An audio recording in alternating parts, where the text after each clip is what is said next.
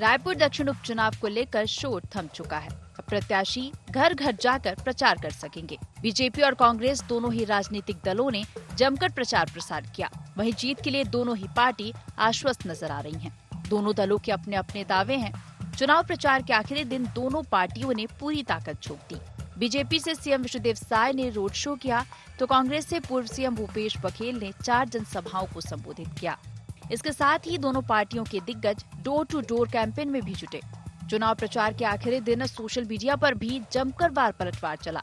युवा और बुजुर्ग प्रत्याशी को लेकर भी बयानबाजी चली तो बाहरी और स्थानीय प्रत्याशी का मुद्दा भी देखने को मिला। बीजेपी के नेता डबल इंजन सरकार के फायदे गिनाते नजर आए तो कांग्रेस ने बीजेपी सरकार की विफलता गिनाने का काम किया। बहुत अच्छा रिस्पांस है, आप भी देख रहे हैं कैसा जनसैलाब पूरे सड़कों पर उतर आया है। सभी भारतीय जनता पार्टी को जिताएंगे, सुनील सोनी जी को जिताएंगे।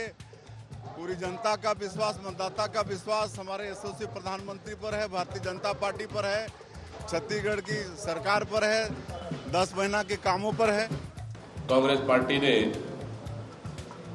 चुनाव अभियान को सकारात्मक रूप से हम लोगों ने चुनाव लड़े हैं। कांग्रेस ने पूरी एकजुटता के साथ चुनाव लड़ी। इसके विपरीत भारतीय जनता पार्टी में पूरी तरह से बिखराव दिखा है, गुटबाजी चरम पर दिखा है। चुनाव अभियान के दौरान जनता का रुख साफ तौर पर दिखा है कि जनता इस समय दक्षिण विधानसभा उपचुनाव में बदलाव के लिए आतुर है। रायपुर दक्षिण विधानसभा सीट छत्तीसगढ़ की सबसे मजबूत सीटों में गिनी जाती है। भाजपा से इस सीट पर 8 बार लगातार बृजमोहन अग्रवाल जीते हैं। कांग्रेस ने हर विधानसभा चुनाव में अपना उम्मीदवार बदला है, लेकिन बीजेपी ने हर बार बृजमोहन अग्रवाल पर भरोसा जताया। अब भाजपा से बृजमोहन अग्रवाल की जगह पूर्व सांसद सुनील सोनी उम्मीदवार हैं, तो कांग्रेस ने युवा चेहरे आकाश शर्मा पर दांव लगाया है। देखना ये है कि बदली परिस्थितियों में कैसे समीकरण बनते हैं। Bureau report, IND 24।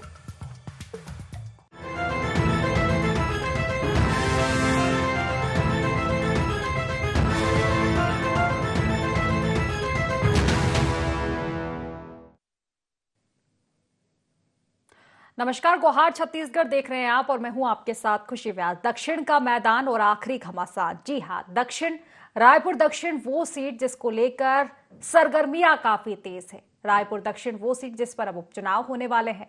कद्दावर नेता बीजेपी के बृजमोहन अग्रवाल के सांसद बनने के बाद ये सीट खाली हो और उस पर अब उपचुनाव होने जा रहे हैं। कद्दावर नेता रहे हैं बृजमोहन अग्रवाल। खास बात यह कि 8 बार के विधायक रह चुके हैं इस सीट से, इसलिए ये मुकाबला और भी रोमांचक होने वाला है, क्योंकि इस बार बृजमोहन अग्रवाल मैदान में नहीं है, चेहरा उनका नहीं है। हालांकि बीजेपी को फुल कॉन्फिडेंस है कि चेहरा चाहे बृजमोहन अग्रवाल का ना रहा हो, बृजमोहन अग्रवाल इस बार प्रत्याशी के रूप में मौजूद नहीं हो, लेकिन एक देखा जाए तो कृष्ण की भूमिका वो निभाते हुए नजर आ रहे हैं।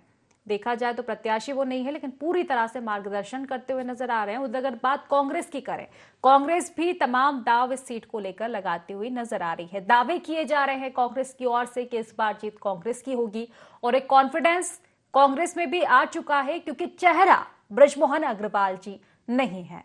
सीट को लेकर आपको बता दें कि इस चुनाव को लेकर तमाम तरह के प्रचार प्रसार दोनों ही पार्टियों ने किए हैं। आज प्रचार का अंतिम दिन रहा और अंतिम दिन भी आपको बता दें कि जो सरगर्मियां रही चुनाव की, जो प्रचार प्रसार की एक होड़ थी, वो साफ तौर पर देखने को मिली। एक और बीजेपी से सीएम विष्णुदेव साय के साथ ही तमाम दिग्गज नेताओं ने रोड शो किया है, प्रचार प्रसार किया है प्रत्याशी के पक्ष में।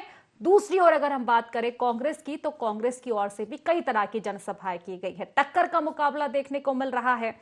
दोनों तरफ से जीत के दावे किए जा रहे हैं। हालांकि क्या कुछ समीकरण इस सीट पर बनते हुए नजर आ रहे हैं, कितना कॉन्फिडेंस बीजेपी और कांग्रेस में नजर आ रहा है, क्या कुछ मुद्दे इस बार हावी रहने वाले हैं, इन्हीं मुद्दों को लेकर आज हम चर्चा करेंगे। लेकिन उससे पहले गुहार पॉइंट्स जान लेते हैं। कौन जीतेगा रायपुर दक्षिण का किला? बीजेपी कैसे बरकरार रखेगी जीत का सिलसिला? 4 दशक से हार रही कांग्रेस को कहां से उम्मीद? किन मुद्दों पर दक्षिण विधानसभा में पड़ेंगे वोट।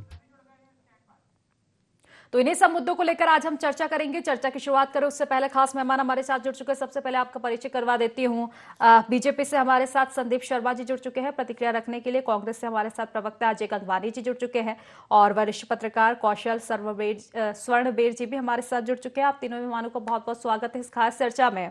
और अजय जी, सबसे पहले आप ही के पास आना चाहूंगी, क्योंकि जिस तरह से कॉन्फिडेंस नजर आ रहा है आप में, कहीं ये बात इस बात की तो नहीं कि इस बार बृजमोहन अग्रवाल जी चेहरा नहीं है। हालांकि दावे तो अब भी बीजेपी की ओर से यही किए जा रहे हैं कि चेहरा चाहे बदल जाए लेकिन समीकरण उस सीट के नहीं बदलने वाले हैं, क्योंकि काफी समय से देखा जाए तो गढ़ मानी जा रही है बीजेपी का। 8 बार के विधायक रहे हैं।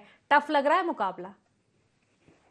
देखिए खुशी जी, हमने कांग्रेस पार्टी ने चुनाव पूरी तरह से पॉजिटिव ढंग से, पूरी तन्मयता से, पूरी एकजुटता के साथ सारे नेता, चाहे हमारे पूर्व मुख्यमंत्री हो, हमारे प्रदेश अध्यक्ष हो, हमारे नेता प्रतिपक्ष हो, हर वरिष्ठ नेता ने एक एक मंत्री ने एक एक बूथ की जिम्मेदारी संभाली है। कहेंगे पूरे चुनाव को खुशी जी हम पूरी जिम्मेदारी से, पूरे संवेदनशील ढंग से लड़ रहे हैं। उसी महत्वपूर्ण बात खुशी जी ये है कि इस बार का जो चुनाव है, एक निष्क्रिय पूर्व सांसद, एक निष्क्रिय पूर्व महापौर और तक हमारे आकाश शर्मा जो युवा जुझारू नेता है।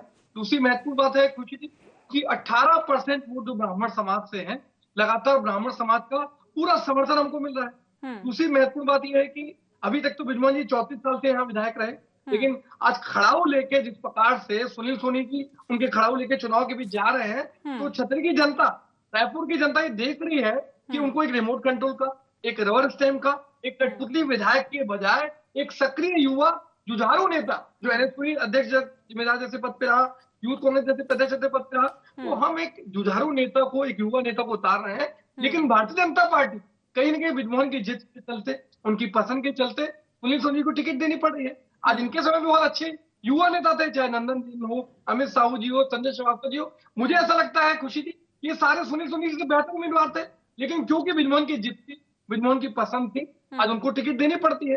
पूरे चुनाव प्रचार में बृजमोहन अग्रवाल जी व्यक्तिगत रूप से चुनाव लड़ा, ऐसा लग रहा है कहीं भी भाजपा का संगठन, भाजपा के वरिष्ठ मंत्री सारे नजारत है। नहीं तो ये तो अच्छी बात है ना अजय जी। देखिए, जब शुरुआती दौर में जब इस्तीफा दिया था उन्होंने विधायक पद से और जब यहाँ उपचुनाव की खबर उठी थी, तो यही कहना था कि बृजमोहन जी की तो नाराजगी देखने को मिल रही है। तो ये तो आपके लिए अच्छी बात है कि सहभागिता निभा रहे हैं वो पूरी तरह से, एक कृष्ण की भूमिका निभाते हुए नजर आ रहे हैं। अर्जुन नहीं है तो इस बार खुशी जी बहुत अच्छा प्रश्न, मैं वही कह रहा हूँ आपसे। दो चीजें बहुत हमारे लिए जो पॉजिटिव है।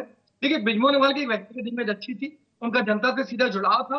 उनके मुकाबले सुनील सोनी जो है काफी मतलब उनकी न पब्लिसिटी है, न लोग उनको जानते हैं। एक व्यक्ति जो सांसद रहा हो, महापौर रहा हो, आरडी जैसे अध्यक्ष जिम्मेदार पद पे रहा हो, उसको भी आज देखिए मैंने कई चैनल के पत्रकारों को बात की, तो ये कह रहे हम जनता के बीच जा रहे हैं। तो इस बार का जो मुकाबला है वो सीधा पार्टी वाइज है, कांग्रेस और भाजपा का। कहीं भी जो प्रत्याशी है आज इतने समय राजनीति करने के बाद भी यहाँ की आम जनता सुनील सोनी को पहचान नहीं है। दूसरी महत्वपूर्ण बात है ये वही सुनील सोनी है जो अपनी सांसद निधि का 80% पैसा यूज नहीं करते, वो पैसा लेफ्ट होकर वापस चले जाता है। मुझे यहाँ भाजपा की प्रवक्ता, वरिष्ठ प्रवक्ता संदीप शर्मा जी बैठे हैं, मुझे बता दीजिए आज संसद के रायपुर की जनता ने उनको संसद में भेजा।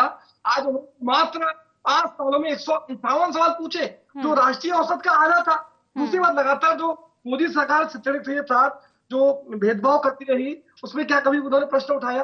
चाहे देखिए आप धान खेती की बात हो, आज बारदाना सप्लाई की बात हो, रासायनिक खाद की सप्लाई हो, रामायण सर्किट में शामिल की बात हो, तो लगातार मोदी सरकार, भूपेश सरकार के समय 5 साल तक वादा खिलाफी करती रही। लेकिन सुनील सोनी जी एक बार भी छत्तीसगढ़ आम जनता के लिए संसद में कोई प्रश्न नहीं उठाते। तो ये जो निष्क्रिय व्यक्ति, जो निष्क्रिय सांसद, जो निष्क्रिय महापौर है, जो खड़ाऊ लेके आपने बहुत अच्छी बात की जी कि भैया कृष्ण अलग है, अर्जुन अलग है। अर्जुन आज खुद मैदान के लिए है। आज देखिए ये हमारी प्रॉपर्टी, संपत्ति या मेरा बैंक बैलेंस तो नहीं है कि मैं उसको लिख दूंगा दूसरे के नाम से ट्रांसफर हो जाएगा। आज ये सुनील सोनी जी खुद जनता के बीच जा रहे हैं। बाटा गांव में जब जनता के बीच पहुंचे 67 एकड़ के अवैध कब्जे को लेकर जनता उनका विरोध करती रही। महिलाओं को लगातार, मुझे बता दीजिए क्या 500 में सिलेंडर दिया आपने? क्या एक के खाते में प्रधानमंत्री आवास का पैसा डाला आपने? मेहतारी बंधन के नाम से 70% महिलाओं को ठग रहे हैं। अनियमित कर्मचारियों को 100 दिन में नियमित करने का वादा किया था, उसका पूरा नहीं करते। और 1 लाख रोजगार की बात करते हैं। 11 महीने हो गए आपकी सरकार को, आप 1000 रोजगार नहीं देते। तो ये तो वादा खिलाफ बड़े बड़े दावे करके आपको छत्तीसगढ़ की जनता ने मौका चलिए दिया ठीक है, है। इसी का जवाब ले लेती हूँ संदीप जी से। ठीक है, अंतिम प्रतिक्रिया में आपके पास लौटूंगी मैं। संदीप जी देखिए, जिस तरह की बात कह रहे थे अजीत, फुल्ली कॉन्फिडेंस में पहली बात तो वो नजर आ रहे हैं, रणनीति अपनी बता रहे हैं कि प्रत्याशी उन्होंने युवा उतारा है और तमाम समीकरण को वहां पर जाना है उनकी पार्टी ने। चुनौती देख पा रहे हैं?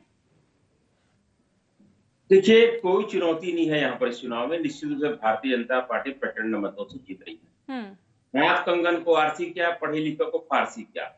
23 तारीख को दूध का दूध और पानी का पानी सब हो जाएगा और उसका ट्रेलर तो आप देख लेंगे अभी मतदान के दिन। इसे कुछ कहने की जरूरत नहीं। एक बात और कहना चाहूंगी, कॉन्फिडेंट दिखना और कॉन्फिडेंट होना, ये दोनों में बहुत अंतर पाया जाता है। दिखने का स्वांग कर लेना अलग बात है, लेकिन भारतीय जनता पार्टी कॉन्फिडेंट दिख रही है, कॉन्फिडेंट है। और हम बड़े कॉन्फिडेंस को लेके बात आती है ना संदीप जी, तो एक बात लोकसभा की याद दिला देते हैं कांग्रेस वाले आपको कि जो 400 पार का नारा दिया था, कहीं ना कहीं उसका जिक्र हो जाता है। देखिए, 400 पार का नारा दिया, लेकिन हमने चुनाव जीते, हमारी सरकार है। हाँ। हम नारा जरूर देंगे अपने मतदाताओं को, अपने कार्यकर्ताओं को सहायता करने के लिए हम नारा देते हैं। हमारा लक्ष्य है सरकार बनाना और हमने बिल्कुल कंफर्टेबल मेजोरिटी के संग सरकार बनाई है। और कांग्रेस पार्टी जो अपने जितने इनके अलायंस दल हैं वो सब मिलकर के भी जितनी सीट नहीं पाई उसने अकेले भारतीय जनता पार्टी पाई है। लेकिन अगर इसमें भी वो मोदी थे तो हमें कुछ नहीं कहना। अब मैं आगे की बात करता हूँ। तो सुनील सोनी के बारे में जिस ढंग से लोग यहाँ पर चालीसा पढ़ रहे हैं, उनको बता दूं कि वो सिर्फ एक सांसद और महापौर नहीं रहे हैं। उनको बता देना चाहता हूँ कि सुनील सोनी सबसे बड़े भारतीय जनता पार्टी के तो सबसे पहले बड़े कार्यकर्ता हैं। वो पार्षद भी रहे हैं, वो महापौर भी रहे हैं, वो सांसद रहे हैं, वो आरडीए के चेयरमैन रहे हैं और भारतीय जनता पार्टी के संगठन के मंडल से लेकर के जिला से होते हुए प्रदेश के उपाध्यक्ष हैं। तो संगठन के लगातार काम करने वाले कार्यकर्ता हैं, इसलिए घबराए हुए हैं कि उनकी पकड़ कार्यकर्ताओं से लेकर के जनमानस तक लगातार चुनाव जीते हुए। देखिए, बीच में मत देखिए, कांग्रेस के प्रवक्ता जी, ठीक है अजय जी, मैं लौटूंगी आपके पास। ठीक है, सुनना सीखिए, ये बहुत गंदा आदत है ना। ऐसे गंदा आदत के कारण ही आप चुनाव हार गए पिछला, ये ध्यान रखिए। तो मेरा कहना यह है कि बहुत बड़े मार्जिन से हम जीतेंगे। हमारी सरकार ने काम किया है, मोदी जी की गारंटी पर काम हो रहे हैं। किसानों के लिए हमने जो वादा, जो पिछले समय लक्ष्य रखा था धान खरीदी का 130 लाख टन का, हमने उसको पार करके 144 लाख टन धान खरीदा। महिलाओं के लिए जो हमने वादा किया उनको 1000 रुपये महीना देने का, वो जो पात्र महिलाएं उनको मिल रहा है। कहीं पर कोई छूटा होगा उनको वेरिफिकेशन करने जाएगा, उनको भी दिया जाएगा। इसलिए उनको चिंतित होने की जरूरत नहीं है। किसानों को 2 साल का बोनस देने का हमने वादा किया था, बोनस देने का भी हमने बोनस भी हमने दिया है। लगातार हम वादे के साथ एक बात और कही जा रही है। ठीक है, वादे के साथ संदीप जी एक बात और कही जा रही है, ब्रजमोहन अग्रवाल जी का चेहरा, क्या इसका फर्क देखने को मिल सकता है थोड़ा बहुत?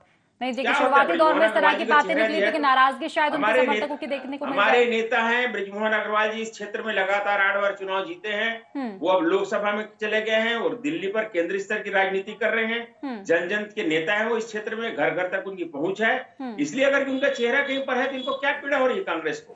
वो भी हमारे चेहरे हैं, मोदी जी भी स्वयं चेहरे हैं, हमारे मुख्यमंत्री विष्णु साय जी चेहरे हैं, स्वयं हमारा प्रत्याशी चेहरा है। और भारतीय जनता पार्टी का हर कार्यकर्ता जो है हमारे प्रत्याशी के चेहरा के रूप में चुनाव लड़ रहा है। हमारे कार्यकर्ता निश्चित रूप से निरंतर सड़कों पर दिखा है। कांग्रेस के लोग तो केवल बयानबाजी करने तक ही सीमित दिखे हैं, सड़कों से नदारद रहे हैं। मैं आपको बहुत गंभीरता से बोल रहा हूँ, जवाबदारी से बोल रहा हूँ। मैं स्वयं इस क्षेत्र का मतदाता हूँ। मेरे घर में स्वयं भारतीय जनता पार्टी के कार्यकर्ता ही 4 बार आ गए। मैं आपको बता रहा हूँ, बिल्ला पॉम्पलेट पोस्टर देकर चले गए, आज सुबह भी आए थे। लेकिन पिछले इतने दिन के चुनाव प्रचार में कांग्रेस का एक भी कार्यकर्ता, एक भी प्रचार करने वाला मेरे घर के सामने से ना आया है ना मेरे घर आया। ये तो इनकी स्थिति है। और ये बातें बड़ी बड़ी कर रहे हैं, डींगे बड़ी बड़ी हाँक रहे हैं। चलिए ठीक है, चुनाव जीतेंगे कैसे मुझको बताइए। मैं तो आज अपने कार्यकर्ताओं से कहा भी, जो हमारी पार्टी कार्यकर्ता यार मेरे घर क्यों नहीं भैया, हम तो हर घर जा रहे हैं, लाइन से जा रहे हैं, हम कोई ठीक है। कैसे जीतेंगे, क्या रणनीति बनाई है उन्होंने उनके? ठीक है, उसके जवाब लूंगी मैं अजय जी से। उसके पहले कौशल जी से प्रतिक्रिया ले लेती हूँ। कौशल जी देखिए, रायपुर दक्षिण सीट हाईलाइट बनी हुई है और वो भी क्यों ना, क्योंकि देखिए एक ही बात उठती है कि 8 बार के विधायक रहे हैं यहाँ से ब्रजमोहन अग्रवाल जी। हालांकि इस बार वो चुनावी मैदान में नहीं है, लेकिन वो अपनी भूमिका पूरी तरह से निभाते हुए भी नजर आए हैं चुनावी प्रचार की अगर हम बात करें तो। और कहीं ना कहीं कॉन्फिडेंस की कांग्रेस की बात कर ले तो ये सबसे बड़ा हो जाता है कि इस बार ब्रजमोहन अग्रवाल जी नहीं है। तमाम तरह के दावे वादे हालांकि कांग्रेस की ओर से किए जा रहे हैं, तमाम चीजों को कांग्रेस बता भी रही है, लेकिन खास तौर पर अगर देखा जाए तो सबसे बड़ी चीज यही हो जाती है कि ब्रजमोहन अग्रवाल जी इस बार नहीं है, तो कॉन्फिडेंस पूरा फुल्ली कांग्रेस का दिखाई दे रहा है। और देखा जाए तो जितनी बार से चुनाव हो रहे हैं, शायद इसमें पहली बार ऐसा है कि एक अजीब टक्कर टाइप की दिख रही है दोनों ही पार्टियों में, दावे वादे जिस तरह से किए जा रहे थे। आज अंतिम दिन था और अंतिम दिन में जो हमने तस्वीरें देखी है तमाम,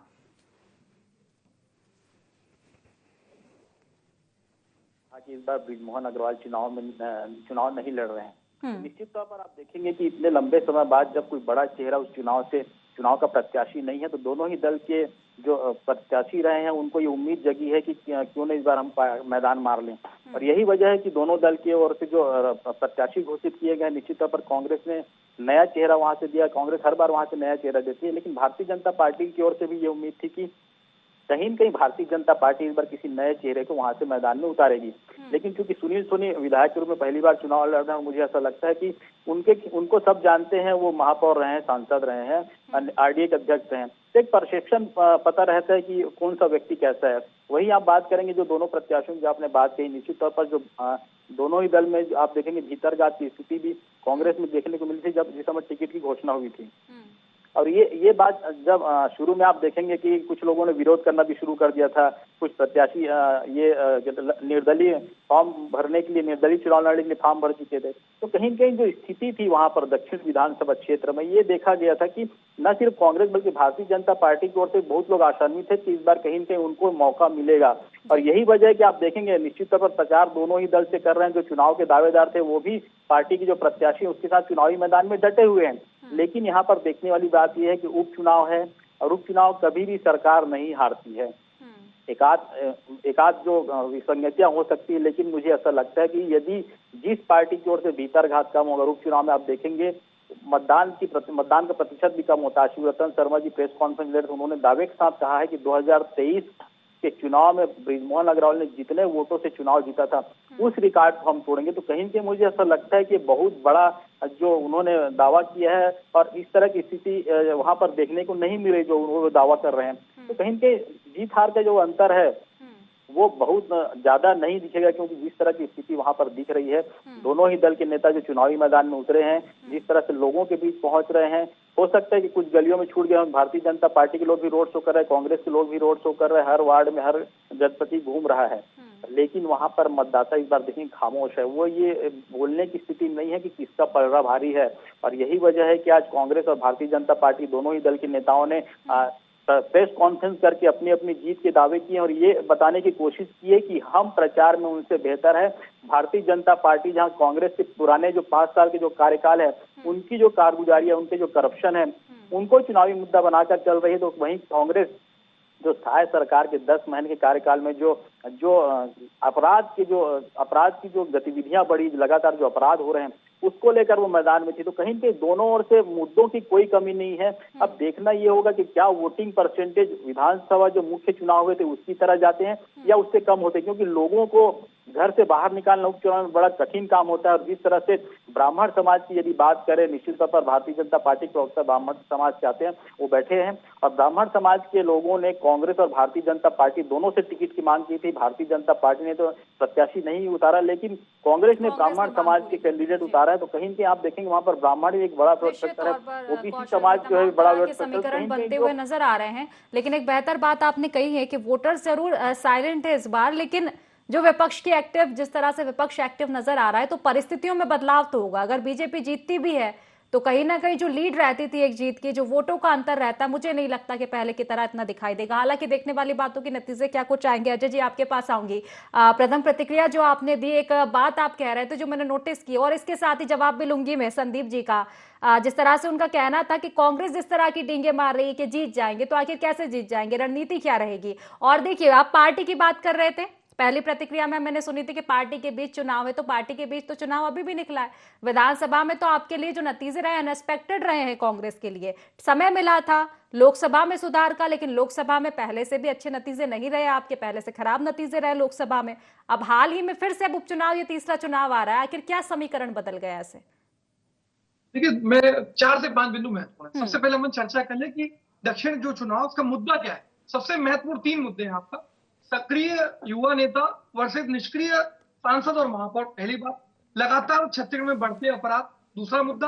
तीसरा इनकी 11 महीने की चाय सरकार का जो अलोकतांत्रिक रवैया और वादा खिलाफी, ये 3 प्रमुख मुद्दे लेकर हम जा रहे हैं। देखिए, हम जो है हमारा ढींगे नहीं है, हमारा आत्मविश्वास है। क्योंकि हम जनता के बीच जा रहे हैं, चाहे हर वर्ग, चाहे महिला हो, युवा वर्ग हो, गरीब किसान हो, हर वर्ग कांग्रेस पार्टी के साथ है, क्योंकि 11 महीने में इनके छल पत्र में भरोसा करके आज इनको विधानसभा में साकार लाने का मौका दिया, लेकिन हर वर्ग कोई 11 महीने में ठग रहे हैं। संदीप जी से मैंने स्पष्ट उससे पूछा, क्या 45 वंदन का पैसा मिल रहा है, क्या 500 रुपए में सिलेंडर मिल गया, क्या प्रधानमंत्री आवास का 1 रुपए मिला, क्या 100 दिन में नियमित कर्मचारी नियमित हो गए, क्या 1 लाख रोजगार दे दिए? तो बड़े बड़े दावे तो आप कर देते हैं, लेकिन सरकार बनने के बाद वादा खिलाफी का चरित्र न केवल यहाँ के शायद सरकार का है, जिंदगी मोदी सरकार का है। दूसरी महत्वपूर्ण बात मैं कर रहा हूँ, संदीप शर्मा जी बड़ी बड़ी बातें कर रहे हैं, ये बहुत वरिष्ठ नेता है भारतीय जनता पार्टी के, पार्टी में डिफरेंस, कैडर बेस पार्टी की बात करते हैं। एक ही व्यक्ति सांसद का चुनाव लड़ेगा, एक ही व्यक्ति महापौर का चुनाव लड़ेगा, वही आरडी का अध्यक्ष बनेगा और वही व्यक्ति विधायक का चुनाव लड़ेगा, क्योंकि बिजमानवाल की जीत हमकी पसंद है। मुझे बता दें संदीप शर्मा जी, जब भाटा गांव में आपके प्रत्याशी सुनील सोनी जाते हैं तो जनता घेर के क्यों विरोध करती है? पहली बात। दूसरी महत्वपूर्ण बात, जब पिछला रोड शो किया गया तो माननीय बिजमोहन जी अकेले रोड शो में थे, न कोई वरिष्ठ मंत्री, न कोई वरिष्ठ नेता, तो ये अकेले व्यक्ति वाली चुनाव लड़ रहे हैं, जो एक अनाउंस बात है, बाजी अंतर कला का नतीजा दिखेगा। दूसरी महत्वपूर्ण बात है, हमने 19 वार्ड में एक पूरी ब्लूप्रिंट, एक पूरी रोड मैप लेके चले, वार्ड में एक विधायक को नियुक्ति की है, आज जनता के बीच सीधा जा रहे हैं और हमारी आशा है जो छाया पार्टी है। एक महत्वपूर्ण बात और कहना चाहते हैं, दक्षिण में 19 वार्ड है, वहां पे आपके ये बिजमानवाल जी जब खुद चुनाव लड़ते हैं वहां जीतते हैं, लेकिन जब ये पार्षद का चुनाव होता है 11 पार्षद हमारे, 8 पार्षद भारतीय जनता पार्टी के, तो इस बार तो बिजमोहन के हकने से जीतना बदल रही है। भैया आप चलिए ठीक है, लौटेंगे आपके पास। संदीप जी से इसी का जवाब ले लेते हो। संदीप जी, देखिए अजय जी का कहना है साफ तौर पर कि पहली बात तो उन्होंने मांग की है, वहां के जो मांग रही है हमेशा ब्राह्मण प्रत्याशी की, वो इस बार कहीं ना कहीं कांग्रेस ने वो पूरी की है, तो कहीं ना कहीं उसका असर देखने को मिलेगा। दूसरी सबसे बड़ी बात, अभी कुछ दिनों के बल्कि महीनों से हम देख रहे हैं कि लगातार विपक्ष सरकार पर हमलावर है, कई तरह के आंदोलन किए गए हैं, मुद्दा एक ही रहा है बढ़ते अपराध, इसको लेकर जमकर घेरा गया है। और देखिए विपक्ष को अगर हवा दिए तो इस तरह की तमाम बड़ी घटनाओं ने, बलौदा बाजार की हम बात कर ले, सूरजपुर की बात कर ले, कवर्धा की बात कर ले, ये घटनाएं भी कहीं ना कहीं थमी नहीं ना, तो कहीं इसका असर तो नहीं देखने को मिलेगा, परिस्थितियां कहीं वाकई तो नहीं बदली है। देखिए जितने अपराध छत्तीसगढ़ में भी हुए, उन अपराध के पीछे अगर क्लू में जाएंगे तो कौन दिखता है? कांग्रेस पार्टी के लोग दिखते हैं, कांग्रेस पार्टी के नेता दिखते हैं, और इसके कारण इनके विधायक जो जेल में भी है। और लगातार आपने अभी देखा होगा कि रायपुर में जो आपराधिक घटना घटी उनके क्लू किससे मिल रहे हैं, अभी जो हत्याकांड हुए कोरबा तरफ, उनके हत्याकांड के क्लू किससे मिल रहे हैं। तो पूरे हत्याकांड अपराध के जो अंतिम सूत्रधार कौन है, वो सूत्रधार जो है निश्चित रूप से समाचार माध्यम से सारे लोगों को जानकारी में है। अब मैं आपकी तरफ बताना चाहूंगा, सूत्रधार ठीक है संदीप जी, 1 मिनट में आपको एक और ऐड करूंगी। देखिए एक बिल्कुल स्पष्ट कर देती हूँ कि आरोपी किसी दल का नहीं होता है, आरोपी अगर बीजेपी का है तो भी वो आरोपी है, आरोपी कांग्रेस का है तो भी आरोपी है, आप कार्रवाई कीजिए। सवाल अब ये उठ रहा है कि घटना के बाद क्यों जागती है, घटना के बाद तो आप बड़ी कार्रवाइयां करते हो, लेकिन इतनी बड़ी घटनाएं कैसे हो जाती है? इंटेलिजेंस फेलियर का आप पर आरोप लगता है।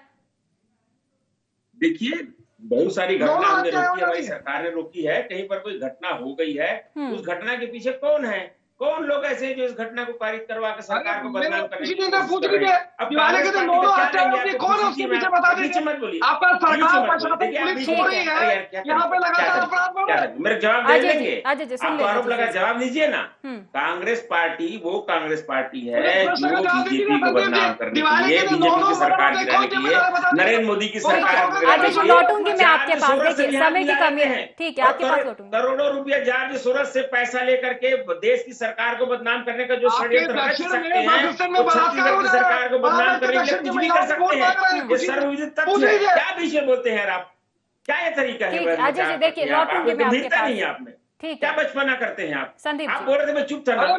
अजय जी मैं आपके पास देखिए समय की कमी है अजय जी, फिर आपसे भी सही से प्रतिक्रिया नहीं ले पाऊंगी मैं। ठीक है संदीप जिस ढंग से सक्रियता और निष्क्रियता की बात कर रहे हैं, मैं आपको बता देता हूँ, सुनील सोनी जी लगातार पदों में रहे हैं, और आपको बता देता हूँ कि इतना बड़ा बड़ा कार्यकाल रहे हैं, सांसद रहे हैं, महापौर रहे हैं, आरडीए चेयरमैन रहे हैं, बिल्कुल बेदाग उनका कार्यकाल रहा है, कभी उनके ऊपर भ्रष्टाचार का प्रत्याशी की बात छोड़ देते संदीप जी, लेकिन क्या मुद्दे हावी रहेंगे जिस तरह से विपक्ष हमलावर है, आपकी नाकामियां गिनवा रहे हैं? खुशी जी आप मेरी जवाब पूरा ले लीजिए, ठीक है, मुझको मत बोलिए, मैं हर एक सवाल का क्रम से जवाब दूंगा, फिर आपको जो पूछना होगा पूछिएगा। आप जो कह रहे थे ना कि ब्राह्मण प्रत्याशी, कांग्रेस पार्टी जानबूझ करके यहाँ पर हारने वाली सीट पर ब्राह्मण प्रत्याशी दे करके अपना जो है वो चुगल कर रहे हैं लोग, अपना एक टाइम पास कर रहे हैं। तो आप जीतने वाली सीट पर दीजिए ना, जैसे भारतीय जनता पार्टी देती है। हमने पुरंदर मिश्रा दिया, सीट जीते। हमने अनुज शर्मा दिया, सीट जीते। हमने यहाँ पर सुशांत शुक्ला दिया, सीट जीते। तो जीतने वाली सीट पर तो आप दे नहीं रहे हो। आप ब्राह्मण प्रत्याशी लाकर जो सीट हारने वाली है, और आप एक अपना कोटा पूरा करेंगे हमने ब्राह्मण को। तो ये ऐसा करके कांग्रेस पार्टी जो है ब्राह्मणों के साथ छल कर रही है, और इसका पूरा जवाब इस बार ठीक ढंग से ब्राह्मण लोग चले ठीक है, ठीक है। फिलहाल देखिए समय की कमी, मैंने पर्याप्त समय आप दोनों को दिया है। फिलहाल देखिए ये मुद्दा इतना बड़ा है, सीट को लेकर जितना बड़ा मुद्दा है, इस पर चर्चा करेंगे तो खत्म नहीं होने का नाम लेगी। फिलहाल क्योंकि समय की कमी, इसलिए चर्चा को समाप्त करना पड़ेगा। आप तीनों मेहमानों का बहुत बहुत शुक्रिया चर्चा में जुड़ने के लिए। तो देखिए रायपुर दक्षिण सीट पर जो दंगल है वो सच चुका है, क्योंकि 13 नवंबर को वोटिंग होने वाली है, 23 नवंबर को नतीजे आएंगे। लेकिन उसके पहले तमाम दावे वादे दोनों ही पार्टियों की ओर से नजर आ रहे हैं। कॉन्फिडेंस में बीजेपी का होना लाजमी है, क्योंकि बीजेपी का गढ़ कहा जाता है। 8 बार के विधायक रह चुके हैं बीजेपी के, लेकिन कॉन्फिडेंस इस बार कांग्रेस का भी कम नहीं है। तमाम तरह के दावे वादे हैं, तमाम तरह के मुद्दे। हालांकि देखने वाली बात होगी कि दक्षिण सीट पर किन मुद्दों का असर देखने को मिलेगा। तमाम तरह के जो दावे वादे पार्टी की ओर से किए जा रहे हैं, किन प्रत्याशियों का दमखम दक्षिण सीट पर देखने को मिलेगा। तो फिलहाल गोहाट छत्तीसगढ़ में बस इतना ही। आप बने रहिए IND 24 के साथ। नमस्कार।